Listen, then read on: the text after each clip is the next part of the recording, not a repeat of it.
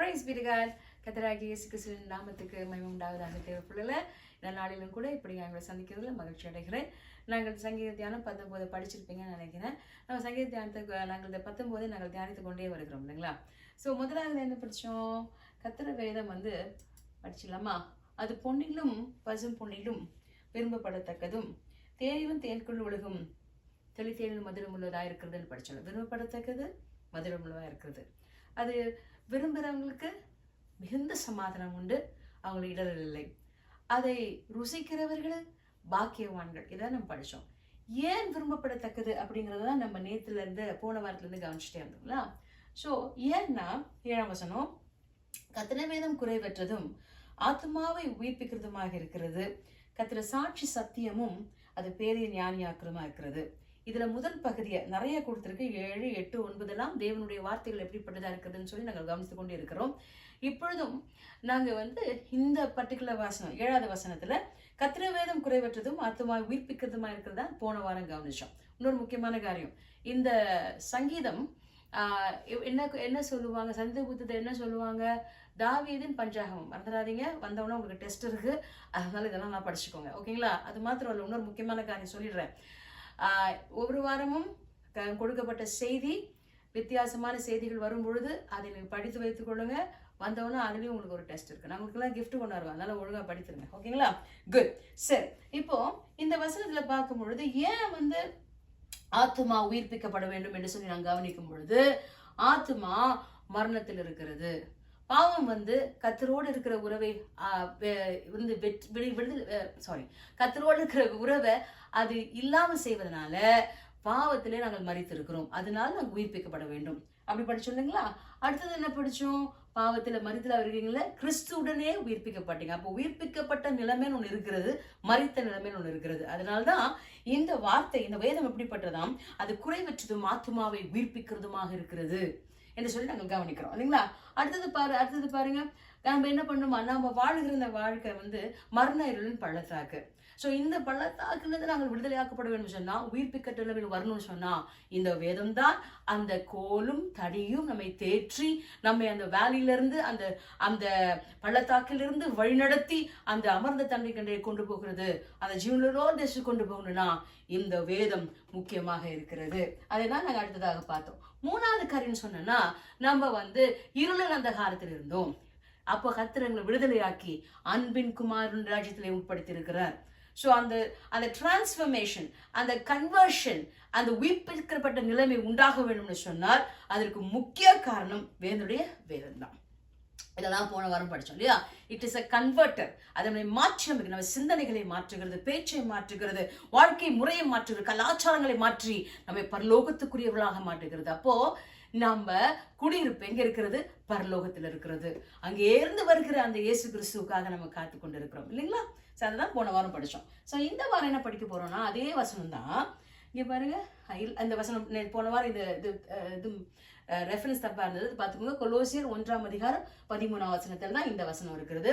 இருளன் காற்று விடுதலையாக்கி அன்பின் குமாரன் ராஜ்யத்துல உட்படுத்தின பிதாவை ஸ்தோத்திரம் என்று சொல்லி பார்க்கிறோம் இல்லைங்களா? சரி, இதான் வாக்குத்தத்தம் வசனம். இதுதான் நான் படித்து கொண்டு இருக்கிறோம். ஸோ தேவனுடைய வார்த்தை குறைவற்றதும் அது என்ன பண்ணுது? ஆத்மாவை உயிர்ப்பிக்கிறது படிச்சோம் இல்லையா? இப்ப அடுத்த பகுதி, கர்த்தருடைய சாட்சி சத்தியமும் பேதையை ஞானியாக்குகிறதுமாக இருக்கிறது.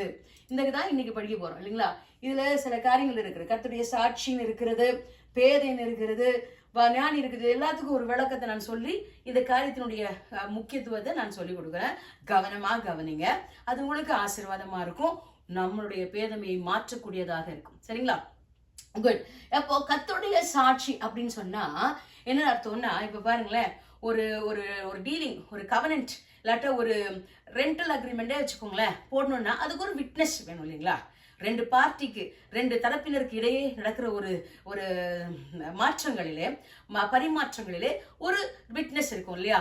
அதே மாதிரிதான் இந்த வேதாகம் எப்படி இருக்குதான், தேவனுக்கும் மனுஷனுக்கும் உள்ளே ஒரு சாட்சியாக இருக்கிறது. பாத்தீங்களா? It is between God and man. இது உடன்படிக்கையின் புத்தகம். இதுதான் தேவனுக்கும் நமக்கும் உள்ள சாட்சியாக இருக்கிறது. இந்த சாட்சியில அந்த சாட்சி கையெழுத்து போடும் பொழுது என்ன சொல்லுவாங்க, இதுல இருக்கிறது எல்லாத்தையும் 2 தரப்பிலும் வைத்துக் கொள்ளணும்ன்றாங்களா. அதை அப்போ பாருங்க. அப்போ என்ன சொல்லுதான் சாட்சி, என்ன சொல்லுது, தேவனுடைய பங்கு என்ன, மனுஷனுடைய பங்கு என்ன, இதை நிறைவேற்றுகிறார்களா, தேவன் உங்களுக்காக என்ன செய்திருக்கிறார், என்ன செய்ய போகிறார், என்ன உங்களுக்காக வைத்திருக்கிறார் என்பதை விரிவாக கூறுகிற சாட்சியின் புத்தகம் தான் இந்த புத்தகம். அப்போ அதான் கர்த்தருடைய சாட்சிகள். அப்ப நீங்களும் நானும் கர்த்தருக்கு எப்படி ரெஸ்பாண்ட் பண்ணணும், கர்த்தருக்கு எப்படி நாங்கள் மாறுதரம் சொல்ல வேண்டும், நம்முடைய வழிகளை எப்படியாக தேவனுடைய வழிகளுக்கு இந்த உடன்படிக்கைக்குள்ளாக நாங்கள் வாழ வேண்டும்ங்கிறதா முக்கியமான காரியம். சோ அந்த காலத்துல பாத்தீங்கன்னா பஸ்கா ஆட்டுக்குட்டியின் ரத்தம், இந்த காலத்துல புதிய உடன்படிக்கையின் ரத்தம், இயேசு கிறிஸ்து நமக்காக சிலுவையிலே சிந்தின ரத்தம். அந்த உடன்படிக்கையிலே அதை முத்திரைக்கப்பட்டிருக்கிற இந்த உடன்படிக்கைக்கு சாட்சியா இருக்கிறது எது, இந்த கர்த்தருடைய வேதம். அதனால்தான் இந்த கர்த்தருடைய வேதம் பேதையை சத்தியமும் பேதையை ஞானியாக்குறதுமாயிருக்கிறது. இப்ப கவனியா அடுத்தது பாருங்க, பேதமை அப்படின்னு சொல்லும் பொழுது ஒரு வசனம் இருக்கு. இப்ப நீதிமொழி 7:7 பேதையாகிய வாலிபர்களுக்குள்ளே ஒரு புத்தீனமான வாலிபனை கண்டேன். பேதமை வேற புத்தீனம் வேற இல்லைங்களா. பேதமைன்னு சொல்லும் பொழுது அறியாமை, சரியா தகவல் இல்லாத நிலைமை. அவர்கள் கெட்டவங்கன்னு சொல்ல முடியாது, நேவன்னு சொல்லுவாங்க ஆங்கிலத்துல. அவங்க சிம்பிள்னு சொல்லி வேதாகமத்தில் எழுதப்பட்டிருக்கு. அவங்களுக்கு டிசிஷன் மேக்கிங் ஸ்கில்ஸ்ல ரொம்ப குறைவுபட்டவர்களாக இருப்பாங்க. அவங்க நெடுக போய் அப்படியே ஏமாந்து போவாங்க. பார்த்திருக்கீங்களா?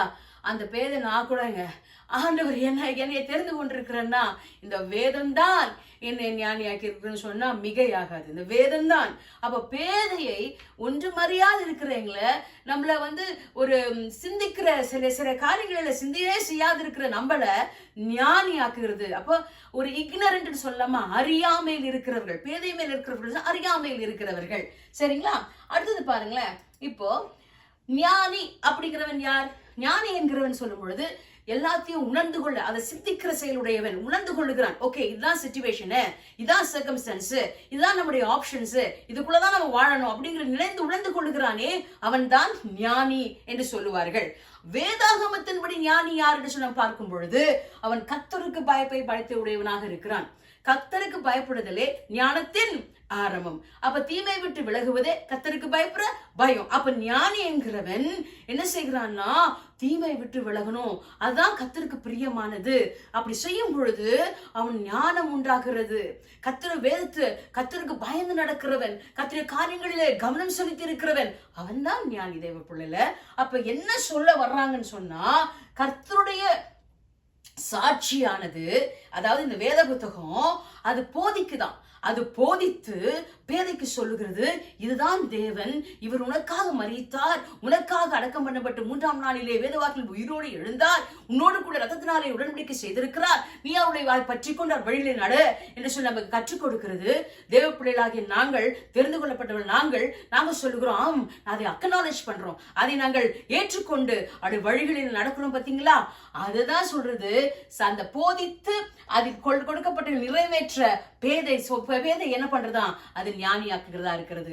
அதனாலதான் பாத்தீங்கன்னா அநேக மக்கள் சொல்லுவாங்க, நான் ரொம்ப படிச்சதெல்லாம் இல்லைங்க, ஆனா வேதம் தாங்க எனக்கு அப்படி சொல்றாங்களே. அந்த வேதத்துக்கு கொடுக்க, it has the power to transform minds, it has the power to transform lives. கர்த்தருடைய வேதம் மக்களுடைய மனதை மாற்றக்கூடியதா இருக்கிறது.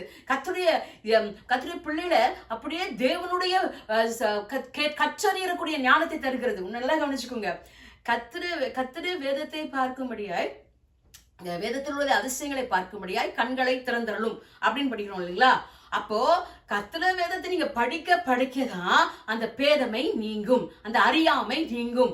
தேவனுடைய வார்த்தை இப்படி சொல்லி இருக்கிறதா, அப்பதான் பொல்லாங்காய் தோன்றுகிற எல்லாவற்றையும் விட்டு விலக நம்மளுடைய இருதயம் கற்று தருகிறதா இருக்குது. ஆவியான இருதயத்தோடு கூட உணர்த்துவார் தேவ பிள்ளைகளை. அதுக்குதான் வேதம். நம்ம ஜபம் பண்ணா போதாது, ஆண்டவரே வேதத்தை அதிசயங்களை காணும்படியா கண்களை திறந்துடணும். திறப்பார் எப்போ நீ வேதத்தை படிக்க முடியாது, இந்த சாட்சியின் புத்தகத்தை படிக்க முடியாது. அதனாலதான் அந்த காலத்துல பாத்தீங்கன்னா அந்த உடன்படிக்கை புத்தகத்தை அவங்க படிச்சாங்களாம். அது படிக்கும்போது எஸ்ராவின் நாட்களில், நெகோமியா நாட்களெல்லாம் அந்த பஸ்கா வேதத்தை படிப்பாங்க. அதை படிக்கும் போது மக்கள் அழுவாங்க, உணர்த்தப்படுவாங்க. அந்த உணர்வு உங்களுக்கும் எனக்கும் எப்பொழுது இருக்கணும். அப்பதான் பேதமை நீங்கி அதுல என்ன பண்ணுவாங்களா, ஞானியாக முடியறது. அப்ப நல்லா கவனிங்க. அப்போ ஒரு கதை சொல்றேன், கவனிங்க. 2 நாளாகவும் அது 34 இருக்குன்னு நினைக்கிறேன். கவனிங்க. யோசியான்னு ஒரு ராஜா வந்தார். அவருக்கு 8 வயசு. அவருக்கு 8 வயசு. அவரு ரொம்ப நல்ல ராஜா. இருக்கிற ராஜாலே கடைசியா நல்லா இருந்த ராஜா இந்த யோசியா ராஜா மட்டும்தான். இவரு இருக்கிற நாட்களிலே அவங்க அப்பா அம்மோன் ரொம்ப கெட்டவர். ஆனா இந்த மனுஷன் வந்த உடனே கர்த்தருடைய ஆலயத்தை செப்பனிடுறாங்க. கர்த்தருடைய ஆலயத்தை செப்பனிடும் பொழுது இந்த மோசே எழுதின அந்த சுருளம் கிடைக்கிறது அவங்க கையில. உடனே அவங்க எடுத்துட்டு போய் ராஜாக்கு முன்பாக அதை படிச்சு காட்டுறாங்க. ராஜா அதை கவனிக்கிறார். அதிலே கர்த்தரை விட்டு விலகினால உண்டான சாபங்களும் வர இருக்கிற அந்த கோபாக்கினை குறித்து படிச்ச உடனே ராஜா அப்படியே அழுகிறாராம். எழுந்து நின்று அழுது என்ன சொல்லுகிறாராம், ஐயோ எனக்காக கர்த்தரிடத்துல விசாரிங்க, என்னை தாழ்த்துகிறார் கர்த்தருக்கு முன்பாக. சட்டெல்லாம் கிழிச்சுட்டாராம். அப்படி ஒரு மனத்தாழ்மை. அப்போ அவங்க கொண்டு போறாங்க அந்த தீர்க்கதரிசியான உள்தாள் கிட்ட போய் கேட்கிறாங்க. சொல்றாங்க, ஆமா கர்த்தர் அப்படிதான் செய்ய போகிறாரு, தேசத்தை அழிக்க போகிறாரு, கர்த்தருடைய உக்கிரக்கோபம் வரப்போகிறதுன்னு சொல்லுகிறாரு. அப்ப சொல்லிட்டு கர்த்தர் சொல்றாரு, ஆனாலும் ஓசியா உன் நாட்களில் வராது, நீ எனக்கு முன்பாக உன்னை தாழ்மைப்படுத்தி கொண்டாய், எனக்கு முன்பாக நீ உன்னை தாழ்மைப்படுத்தி கொண்டு அப்படின்னால உன்னுடைய நாட்கள் இதை காரியாதுன்னு சொல்றாங்க இல்லைங்களா? அப்ப நல்லா கவனிச்சுக்கோங்க. அதராகி இயேசு கிறிஸ்து வருக அதிசீக்கிரமாக இருக்கிறது. உங்களை அந்த சத்தியத்துக்குள் நடத்த வேண்டும் சொன்னால் இந்த சத்திய அந்த வேதம் சொல்றது கர்த்தருடைய சாட்சி சத்தியம். ஷோர், இங்கிலீஷ்ல சொல்றது ஷோர், கரெக்ட். இதை நீங்க நம்புங்க. ஏன்னா வரப்போற மாக்கினைக்கு நீங்க தப்ப வேணும்னு சொன்னா, நான் தப்ப வேணும்னு சொன்னா, நம் கண்கள் அப்படிப்பட்ட காரியத்தை காண வேணும்னு சொன்னா, தேவன் யோசிவாக்கு பண்ண வாக்கு தத்தத்தை போட யோசியாக்க உங்களுக்கும் எனக்கும் செய்வார். நாங்கள் கர்த்தர் இயேசு வந்து நம்மளை அழைத்து கொண்டு போவார். ஆமென், ஹல்லேலூயா. அதனால தான் தேவ பிள்ளைல இந்த வசனத்தை நல்ல தியானம் பண்ணுங்க. நீங்க கர்த்தர் வேதத்தை எடுத்து படிங்க. தேவ பிள்ளைல நீங்க கர்த்தர் வேதத்தை தூக்கம் வருதுன்னு நினைக்காதீங்க. நின்றுகிட்டே படிங்க. கீழே விழுந்தா பரவாயில்ல, நின்றுகிட்டே படிங்க. கர்த்தர் வேதத்தை எவ்வளவு படிக்கிறீங்களோ அது உங்களுடைய பேதமை நீக்கி உங்களை ஞானியாக்குகிறது. கர்த்தருடைய சாட்சி சத்தியமும் அது பேதையை ஞானியாக்குறதுமாக இருக்கு. இந்த நாளிலே கர்த்தர் உங்களோட இடைப்பட்டிருப்பான்னு சொன்னா உங்கள் இதயத்துல கை வைத்துக் கொள்ளுங்க. ஆண்டவரே, நான் இன்னும் நிறைய வேத வசனம் படிக்கணும் ஆண்டவரே, இன்னும் ஆண்டவரே என் கண்களை திறந்துள்ளோம் ஆண்டவரே, தேவனோடு கூட உறவு கொள்ள வேண்டும்னு சொல்லி உங்களுடைய இதயத்துல நீங்க ஜெபித்துக் கொள்ளுங்க. நான் உங்களுக்காக இப்ப ஜெபிக்க போகிறேன். தகப்பனே, இந்த அருமையான நேரத்துல கூட உங்களுடைய வார்த்தையை ஆண்டவரே எங்களுக்கு அனுப்பி எங்களை குணமாக்குறவரா இருக்கிறதுக்காக ஸ்தோத்திரம். உங்களுடைய சாட்சி எங்களை தேவனோடு கூட உறவுகளை செய்கிறதுக்காக ஸ்தோத்திரம். ஆண்டவர் ரத்தத்தினாலான உடன்படிக்கைக்குள்ளாய் கர்த்தர் எங்களை வைத்திருக்கிறதுக்காக ஸ்தோத்திரம். இருளின் அந்தகாரத்தில் விடுதலையாக்கி அன்பின் குமாரன் ராஜ்யத்தில் எங்களை உட்படுத்தி இருக்கிற ஆண்டவரே, எங்களை பரலோகத்துக்குள்ளாய் உயிர்ப்பித்திருக்கிறீர். அந்த உயிர்ப்பித்தலை நான் நடக்கும்படியாய் இந்த சத்தியத்துக்குள்ள நடத்தும் ஆண்டவரே. எங்கள் பேதமையில் நீங்க ஆண்டவரே கர்த்தர் வார்த்தையை நாங்கள் உட்கொள்ள கிருபை செய்யுங்க ஆண்டவரே. இரவும் பகலும் தியானமா இருக்க கிருபை செய்யுங்க. யாரெல்லாம் இருதயத்துல கை வைத்துக் கொண்டு ஜெபித்துக் கொண்டு இருக்கிறார்களோ தேவ ஆவியானவரை தொடுவீராக, இருதயத்தை மாற்றுவீராக, வருகைக்கு ஆயத்தப்படுத்துவீராக, மற்றவர்களுக்கு ஒரு சாட்சியாக வைப்பீராக. தமக்கு ஸ்தோத்திரம் ஐயா. உங்களுடைய அன்பு பாதத்தில் ஒப்புக் கொடுக்கிறோம். கர்த்தருடைய வேதம் விதைக்கப்பட்டிருக்கிற அதை எடுக்காதபடி பொல்லாத பிசாசு இயேசுவின் ஜீவன் நாமத்தினாலே நிர்மூலமாக்கி போடுகிறேன். பரிசுத்த ஆவியான இடைப்படுவீராக, ஒவ்வொருவரையும் தொடுவீராக, மிகுதியான ஆராதனைக்கு பொறுப்படுப்பீராக. துதி கன மகிமை யாவுமக்கு செலுத்துகிறேன் இயேசுவின் ஜீவன் நாமத்தில் கேட்கல பிதாவே. ஆமென், ஆமென், ஆமென். Praise be to God. கர்த்தர் உங்களை ஆசீர்வதிப்பாராக.